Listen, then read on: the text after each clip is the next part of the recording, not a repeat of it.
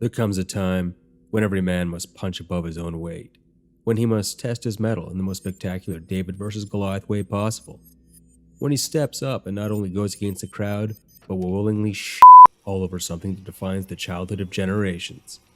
Today is my day. In my 500 subscriber special, I'm going to kick the Star Wars fandom straight in the dick, and probably have to make a 250 subscriber special after half of you told me to get f***ed. Cue the intro.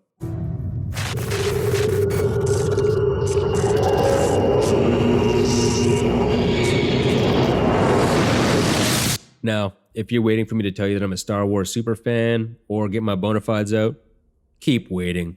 Star Wars is probably among my least favorite of all the sci-fi franchises, with the least amount of replay value, but that's my own personal taste. Star Wars is just 40k nerfed to the point that a 13-year-old Korean StarCraft player could outwit any general or admiral in the entire Star Wars universe. Don't at me, bro. In fact, I would barely rate the Star Wars universe above anything written by L. Ron Hubbard in terms of military consistency, but still slightly above Games Workshop and Black Library. So there's that at least. Now, if you're not down for me pointing out the complete and utter criminal stupidity of mostly everything military based in Star Wars, then smash that dislike button and don't let the door hit you on the way out. What a story, Mark. But if you want to hear me ramble on and give this franchise the treatment it actually deserves, then buckle up, kiddies. From Grand Moron Tarkin to Admiral Gender Studies, the Star Wars military-industrial complex is about to get clapped. Now, as everyone can tell, I put my sassy pants on today. Watch the sass, Captain Sassy Pants. So let's start with the obvious, shall we? Yes, all the combat is allegedly, supposedly, to be inspired by World War I and II combat. Now, the obvious question is, why? Why the would you take something very real and transpose it into a setting that it makes no sense in? To answer that, I'm going to straight up assume that George Lucas did too much acid in the 70s and said common sense from this point out. That being said, I can respect him for reinvigorating the genre with the original trilogy. However, that doesn't give carte blanche to utterly and completely ignore logic, reason, consistency. So I'm just going to go ahead and point out several facets of military convention and combat in Star Wars that are just so utterly ludicrous I can't help but take a big steaming all over it. So first up is Grand Moron Tarkin and his fantastically stupid Tarkin Doctrine, which just reeks of serious little dick energy that you have to name your own military doctrine after yourself. Anywho, let's just build continually bigger and more resource-heavy super weapons to cow a subjugated populace and intimidate our enemies. Where have I heard this one before? Seriously, completely disregarding the complete and utter waste of resources that building a single Death Star, let alone two, as compared to say putting all of those resources into, I don't know, maybe an equal mass of Star Destroyers and fighters, something actually quasi-useful and not a basket of all your resource eggs with a giant blow me the up bullseye painted on it. You know, instead, you let an uneducated redneck religious fanatic penetrate your exhaust port and cripple your ego. Good job, Tarkin.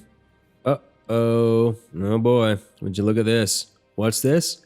More walkers. And not just walkers, but the most potentially useless type of walkers. Slow, ungainly, poorly designed quadrupeds and bipeds. Of course, returning viewers know my position on mech walker type war machines. They can look pretty, but that's literally it, because as any kind of effective combat force, they are less than useless. I can't stress that enough. And I'm going to bring that up several times during this video. Where to even start with these? Do I pick on their terrible arcs of fire, balance issues, the massive blind spots, terrible use of elevated fire positions, the speed or lack thereof, or the armor so flimsy a Stone Age contraption can cave it in? And that's not the last time I'll mention ineffective armor for this show of a fucking sci-fi franchise. On an aside, I'm going to give the prequel trilogy some credit for trying to make some sense of the combat machines. But holy Christ on roller skates, did that not last past the first 15 seconds of the opening fight? Speaking of, why in the ever-living does Lucas constantly put massive armies out in the open? Seriously, in an age of weapons technology that can burn planets from orbit, why would you cluster massive formations of expensive to train, expensive to equip, troops and weapons, together out in the open. One nuclear warhead later, your fancy Grand Army of the Republic is a radioactive shadow burn on the newly glassed landscape of Geonosis. F***ing brilliant. And you know what? I'm just going to Dean Kamen my way into the next point involving both of those subjects. Trenches. Seriously, like on Hoth. When your enemy employs 60-foot tall walkers, your first thought is to dig trenches right in front of your base. Really, your first tactical decision was to put your already disadvantaged light infantry right underneath and in front of the slowest moving top-heavy armored force in all of science fiction, while trying to attack them with air vehicles possessing the armament as about as effective as a BB gun. I guess no one in a galaxy far, far away has ever heard of anti-armor air-to-ground missiles. I guess tactical planning and strategic thinking deficiencies aren't strictly an Empire problem, now are they, Rebellion?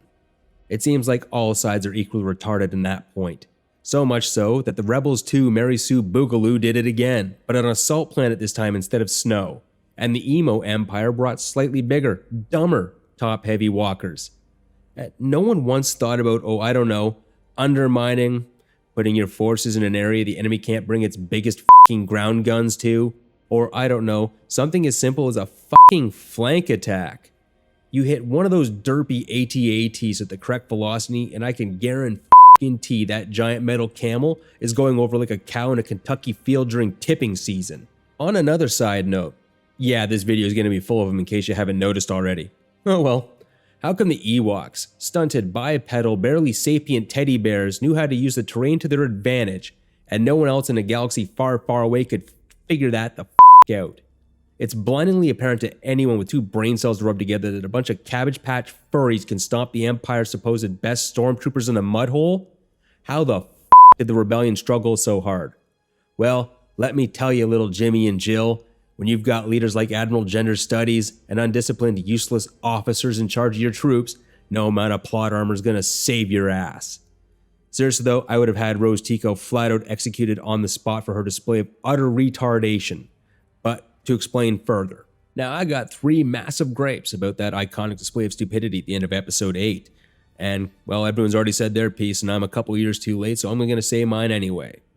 First thing, who the f*** brings their combination base, mobile shipyard, and likely biggest investment in resources to the f***ing battlefield in a front lead role? It doesn't matter that your enemy's running away from you. For those who know gaming, this is the tactical equivalent of leading your charge against an enemy using your mobile construction vehicle before you've even set up your base. Or in Stellaris, using the Juggernaut as your primary ship in the fleet instead of the support role it's intended for. The Weasley in charge of carrying out that order from Supreme Leader Scrotum should have been spaced immediately. But I'm sure something utterly fucking stupid is going to make that unnecessary very, very shortly. Like nextly. Admiral Mary Sue Dumbass. If you were the ranking fucking officer in a situation, and the situation actually allows for it, you damn well brief your subordinate officers on the course of action if you expect them to maintain any sort of order among the troops. And carrying on. If you're supposed to be a fucking flag officer, how about you comport yourself like one? Maybe put on a uniform to identify yourself. Instead of a chiffon evening dress, you utter waste of oxygen. Maybe that'll give your subordinates the extra visual cue they need to see you as an actual authority figure, instead of just coming off the dance floor. And judging by this next act, you probably shouldn't even be in charge of a Halloween parade, let alone the fleet that comprises your alleged rebellion. Now I know enough about Star Wars to know that Mon Calamari cruisers are large, heavily armored, and extremely valuable and fucking irreplaceable. They are each custom built and unique, apparently. And certainly not expendable. Now I know there's been enough back and forth about the validity of this maneuver already on the internet, so I'm going to assume that they can do it and just hand Star Wars this one tiny little win in this video, so. Hungry fella? There you go. Anyways, moving on. So when this absolutely useless excuse for an officer decides to ram her fucking flagship into the enemy MCV, she not only chose to waste the Rebellion's supposed biggest or one of their most powerful ships in this fleet executing an action that could have been done by a smaller ship given the velocities involved, but she comprised her entire fleet twice by having to evacuate an exponentially larger number of crew to smaller, weaker ships while under fire, but compromised the overall fleet's defensive posture as well by removing almost all of its guns. The only positive outcome of this singular event is by both sides crashing their collective command bases into each other at ludicrous speed, she somehow manages to raise the entire collective IQ of the galaxy at large by wiping out several of its biggest intellectual low weights, herself included. I guess before I get myself so worked up I have a stroke, I'm going to quickly comment on their fighters. No. Just f***ing no. Not a single Star Wars fighter or bomber has a single redeeming tactical quality. Not a single one. I said it. There. They all suck. TIE Fighter, X-Wing, A-Wing, Goose-Wing, B-Wing, it doesn't matter. They're all objectively and subjectively trash. Bottom tier of all sci-fi fighters. Now, if you've made it this far without smashing that dislike button, unsubscribing, or basically telling me to get effed in the comments section down below, well done. I'm proud of you. Good job.